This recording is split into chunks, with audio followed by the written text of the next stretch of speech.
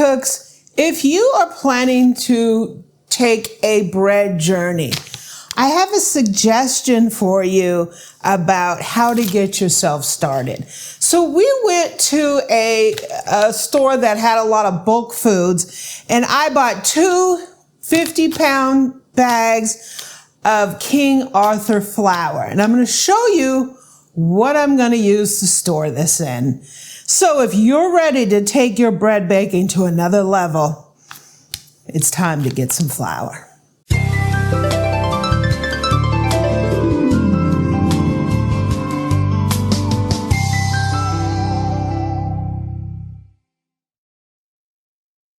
So one bit of advice that I can give new cooks and new bakers is don't be afraid to screw up, right?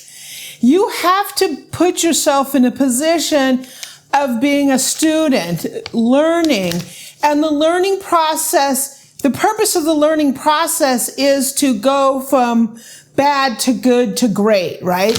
And I see a lot of people that get discouraged and they don't get started because they're afraid to fail. But when you put yourself out there and you start to cook and bake, you're gonna fail. I assure you, you're gonna fail over and over and over again. And I understand that it's frustrating. You get incrementally better. I remember when I was learning to make biscuits and someone said that you have to make biscuits 10, 20 times before you start getting good at it. It's the same with bread, and it's the same with any kind of baking and cooking. So if you want to embark on a journey of learning how to make bread, just understand that for a while, your bread might flat out suck, right? I know personally, right? I still make good and bad bread because I'm experimenting. But the ingredients, lucky for us, the ingredients are not overly expensive. It's basic, flour, yeast, some kind of fat, water, salt, maybe a little sugar, something like that, maybe a little milk, dried milk, basic ingredients. So one piece of advice that I can give is get yourself some flour. So what we did is we went to a local grocery outlet here that has a lot of bulk foods. I'll leave a link up here to that video. We went in there and we bought 2 50-pound bags of flour. So we're going to talk about, this is King Arthur flour. We're going to talk about how to store this flour and what I'm going to do with all this flour, because this is literally like 100 pounds of flour, right? So my favorite flour to use is King Arthur. It can run about $1 a pound in the store. So if you wanted to buy 50 pounds, it's going to cost you $50. At my bulk store, I paid $32.49 and $32.59 for these 50-pound sacks. So it's significantly lower than if you were to buy at a regular grocery store. So when you're buying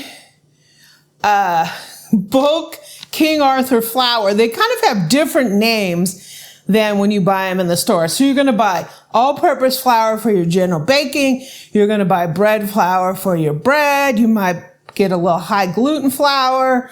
You might get some 00 flour. In the future, we're going to talk about all those kind of flours.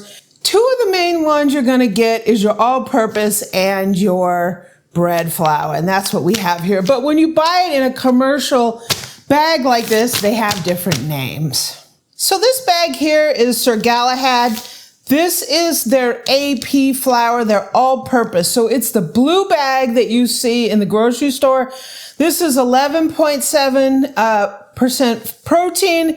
It is an all-purpose flour. So you can use this for your cookies, cakes, all that fun stuff. You could also make bread with it. There's nothing would keep you from making bread with it. That's 11.7% protein. So this is their bread flour. This is a 12.7% bread flour. So this is called Special Patent. So when you buy these things, just remember that Sir Galahad is the all-purpose, Special Patent is the bread flour. So what sort of throws things in the mix, I didn't get a full 50-pound sack of it, is the Sir Lancelot, which is the high gluten. That's what this is. This is a 14% protein flour. So this you're going to use when you want more chewier bread. The higher protein, the more gluten, the more chewier the bread is. This is what this is. I don't use this a lot, so I just bought, this is a 4-pound bag. I have a couple more of these, so I may have 15 pounds of this. So that is a high gluten. So we have Sir Galahad is the all-purpose. The special patent is the bread flour, and Sir Lancelot is the high gluten. So you ask, how am I going to store all this flour? The enemy of flour is, number one, bugs. And it's not that bugs get in the flour. Flour comes with eggs already in it, so they hatch. Heat is an issue. Oxygen is an issue. You really need to watch how you store your flour. My biggest recommendation is to take these bags and throw it in a freezer for 3 days to a week. That will kill any bug eggs in it. I've never had a problem with King Arthur getting bugs in it. I have with cheaper flours, and it comes with that. It's nothing that comes from your house. It comes with the eggs already in it. So what we're going to do, because I'm actively learning how to bake bread. As a matter of fact, I'm getting ready to make an 8-pound recipe in the FAMAG. So these are going to be used pretty quickly, right? So you ask, what is this crazy looking thing? It kind of looks like an aardvark, right? Is that what an aardvark does? Almost look like a headless dog. This, speaking of dog, this is actually a dog food container. It's called a Vittle Vault. And you can buy restaurant flour ingredient bins that have wheels on it. You can get Rubbermaid, you can get Cambro. Those literally cost about $300 a bin. Or you can use a Vittle Vault. So these are designed for pet food, but they are human and food safe, right? Animal and human food safe. They're made out of BPA-free plastic, and they also come with a gamma lid. A lot of times you have to buy these gamma lids separately if you're going to use a bucket, but these come with the gamma lids. So even though this is a dog food container, we're going to be using it for flour. Okay, so this is the fun part, is getting this flour in this container.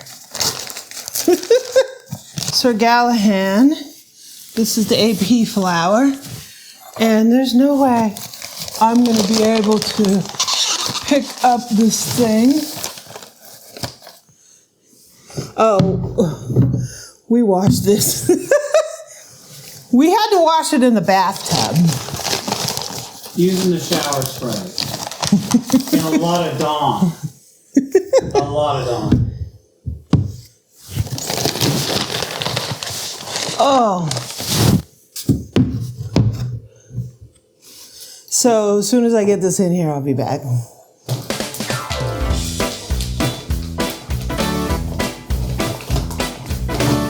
Do as I say.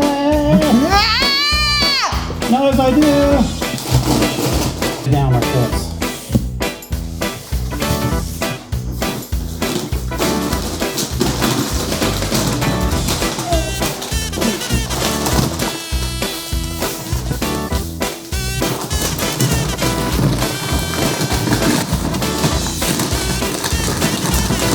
Will it fit? It's in there. Okay, so we have our little Vittle Vault. So this fit that whole 50-pound sack of flour. We're just going to take our gamma lid, screw the gamma lid on. I need to run real quick and make a label for it. So I made some labels with my label maker here. So we're going to go ahead and put them on here. I'm labeling these pretty quickly because I have this fear that I will mix them up. And once I do that, I'll never know what goes to what. And so I got my label on there. So let's fill the next one. So we filled the second one up with the bread flour and I put the label on here. Okay, so we have our 100 pounds worth of flour here. We got our all-purpose and our bread flour. So I'm gonna go set these up in the pantry and let me take you along with me and show you how I'm gonna do this. So Eric has officially named this the dog pound.